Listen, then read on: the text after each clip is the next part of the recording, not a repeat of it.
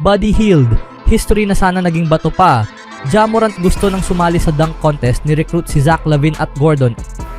At cheat code kay Curry ang All-Star, gumawa ng kasaysayan. Ngunit bago ang lahat, kung gusto nyo ng pangmatagalang basketball shoes, New Curry 12, mabibili lamang sa halagang 3,100. I-click lamang ang link sa comment section. Si Damian Lillard ay nagtangkang gumawa ng kasaysayan sa 2025 NBA 3-point contest, ngunit si Tyler Herro ang nagtagumpay at nag-uwi ng tropeyo. Si Herro ay bahagyang nanaig kay Buddy Hield sa final round upang maging ikalimang manlalaro mula sa Miami Heat na nanalo sa kompetisyon, isang NBA record.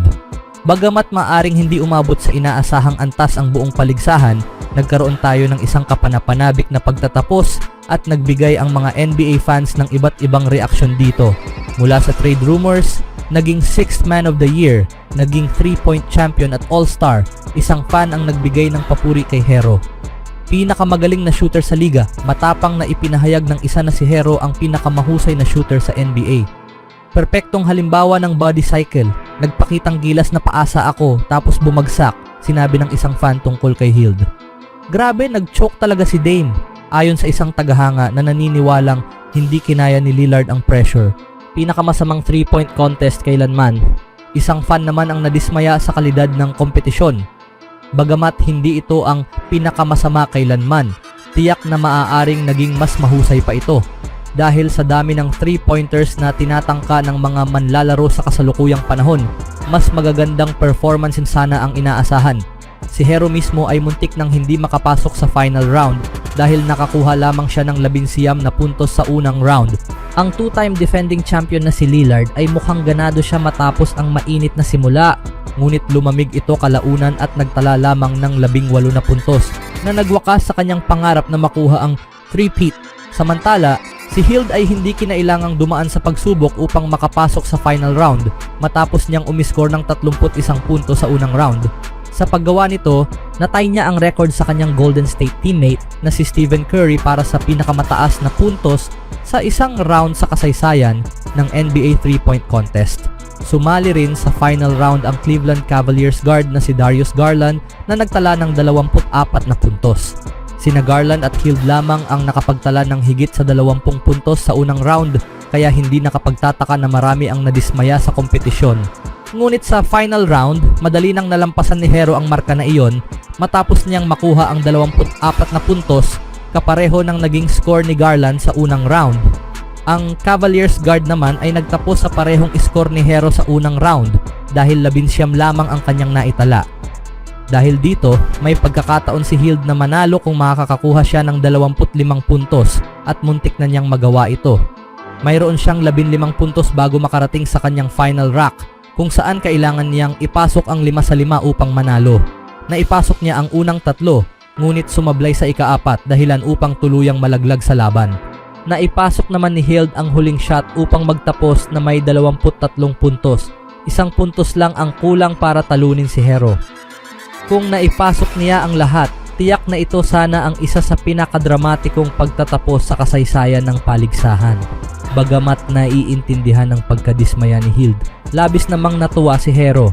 Ito ay nagiging isang hindi malilimutang All-Star weekend para sa kanya, lalo na't naglalaro rin siya sa All-Star game nitong Lunes sa unang pagkakataon sa kanyang karera.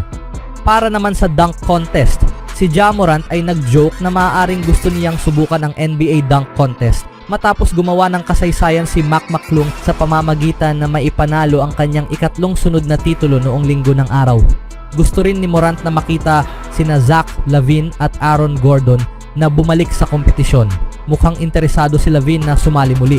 Si McClung ay naging patron saint ng dunk contest at may magandang dahilan. Patuloy siyang nagpapakita ng inobasyon at winawasak ang kompetisyon.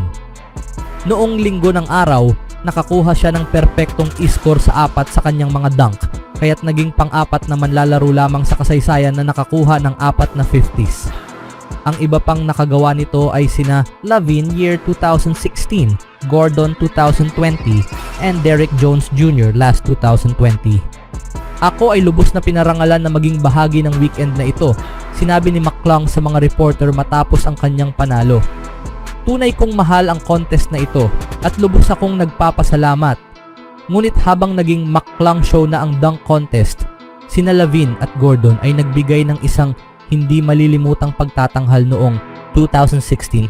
Si Lavin ay ang defending champion matapos manalo noong 2015 at siya ang paboritong manalo muli. Ngunit nagpakitang gilas si Gordon na nagpilit ng dalawang dunk-offs upang magdesisyon kung sino ang panalo.